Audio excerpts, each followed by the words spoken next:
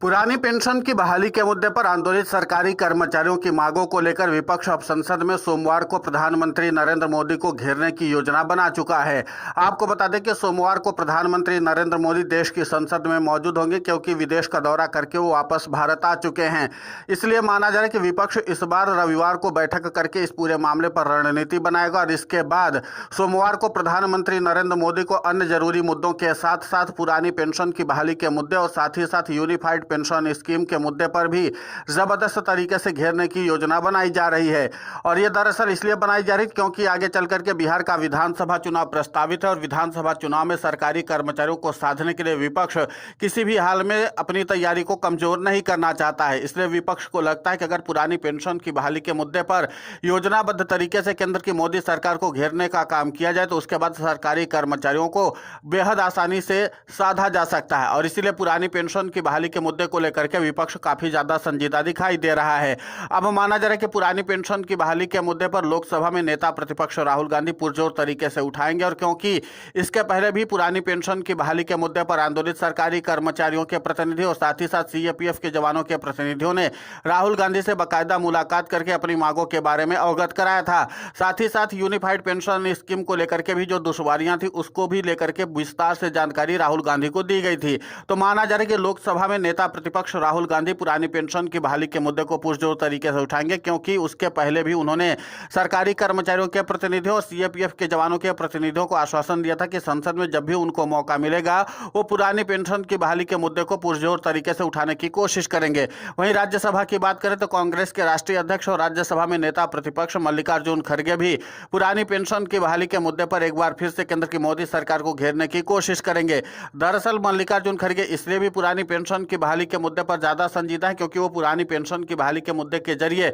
बिहार में एक बहुत बड़ा राजनीतिक दांव भी खेलने में उतारू हो चुके हैं। और इसके लिए उन्होंने बाकायदा एक नेता को भी नियुक्त कर दिया है और वो नेता है प्रियंका गांधी वाड्रा। यानी कि बिहार के विधानसभा चुनाव में प्रियंका गांधी वाड्रा पुरजोर तरीके से पुरानी पेंशन की बहाली के मुद्दे पर बात करती हुई नजर आएंगे और सीधे सीधे वो पुरानी पेंशन की बहाली के मुद्दे पर आंदोलित सरकारी कर्मचारियों के प्रतिनिधियों से मुलाकात भी करेंगी। माना जा रहा है कि जिस तरीके से हिमाचल प्रदेश के साथ साथ कर्नाटक और तेलंगाना में प्रियंका गांधी वाड्रा ने पुरानी पेंशन की बहाली के मुद्दे पर आंदोलित सरकारी कर्मचारियों के प्रतिनिधियों से मुलाकात की थी तो उसका अच्छा परिणाम देखने को मिला था। इन तीनों ही राज्यों में कांग्रेस की सरकार बनी थी, इसलिए सत्ता वापसी के लिहाज से भी कांग्रेस काफी ज्यादा संजीदा दिखाई दे रही कि अगर हम यहाँ पर व्यापक तौर पर पुरानी पेंशन की बहाली के मुद्दे पर बात करते हैं, पुरानी पेंशन की बहाली के मुद्दे पर आंदोलित सरकारी कर्मचारियों से, तो इसका सियासी तौर पर अच्छा खासा फायदा लिया जा सकता है। एक और बात यहाँ पर गौर करने वाली बात यह है कि पुरानी पेंशन की बहाली के मुद्दे को लेकर के जहाँ कांग्रेस अकेले वादा करती है वहां पर काफी ज्यादा उसको सियासी तौर पर लाभ मिलता है।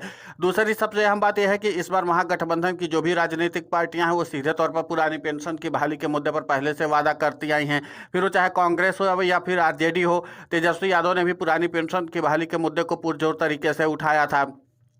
तो ऐसे में माना जा रहा है कि पुरानी पेंशन की बहाली का मुद्दा एक बार फिर से केंद्र की मोदी सरकार के लिए टेंशन का सबब बन सकता है। यहाँ पर गौर करने वाली बात यह है कि पुरानी पेंशन की बहाली के मुद्दे को लेकर के इस बार कई और राजनीतिक दलों के नेता भी पुरजोर तरीके से उठाते हुए नजर आएंगे। आपको बता दें कि इसमें समाजवादी पार्टी और आम आदमी पार्टी के साथ साथ और अन्य राजनीतिक दल भी पुरजोर तरीके से पुरानी पेंशन की बहाली के मुद्दे पर चर्चा करते हुए नजर आएंगे। हालांकि इसके पहले भी आम आदमी पार्टी समेत समाजवादी पार्टी और इसके साथ आरजेडी के जो सांसद है वो पुरानी पेंशन की बहाली के मुद्दे को पहले भी उठा चुके हैं। लेकिन इस बार प्रधानमंत्री नरेंद्र मोदी के मौजूदगी में अगर इस मुद्दे को उठाते हैं तो जाहिर सी बात है कि इसका एक सकारात्मक परिणाम निकल सकता है। इतना ही नहीं, विपक्ष इस बार यूनिफाइड पेंशन स्कीम को लेकर के भी केंद्र की मोदी सरकार को घेरने की कोशिश करेगा, क्योंकि पुरानी पेंशन की बहाली के मुद्दे पर आंदोलित सरकारी कर्मचारियों ने यूनिफाइड पेंशन स्कीम में कुछ जरूरी और बुनियादी सुधार की मांग रखी थी, जिसको केंद्र की मोदी सरकार ने नजरअंदाज कर दिया था। इसके नाते से सरकारी कर्मचारियों का गुस्सा सातवें आसमान पर है। अब ऐसे में माना जा रहा है कि पुरानी पेंशन की बहाली के मुद्दे पर आंदोलित सरकारी कर्मचारी बड़ा खेला करने की तैयारी में तो हैं ही,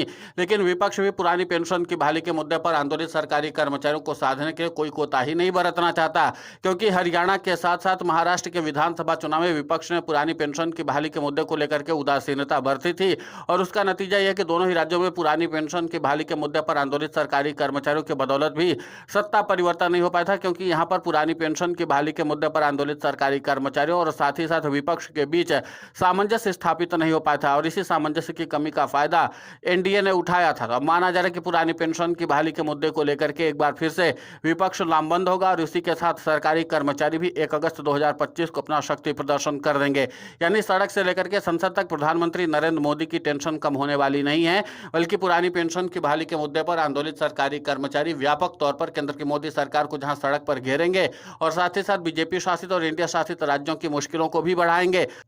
तो दूसरी तरफ देश की संसद में विपक्षी दलों के सांसद जो हैं वो पुरजोर तरीके से केंद्र की मोदी सरकार को घेरेंगे। अब देखना महत्वपूर्ण होगा कि इन सारे प्रयासों का परिणाम क्या निकलकर सामने आता है। फिलहाल इस पूरे घटनाक्रम को लेकर के आपकी प्रतिक्रिया बहुत महत्वपूर्ण होती है, आप हमें कमेंट करके जरूर बताएं। साथ ही पुरानी पेंशन की बहाली के मुद्दे पर हम लगातार आंदोलित होकर के खबरें चला रहे हैं। आप हमारे समर्थन के लिए चैनल को सब्सक्राइब करें, खबर को ज़्यादा से ज़्यादा शेयर करें ताकि पुरानी पेंशन की बहाली का मुद्दा और बुलंद हो।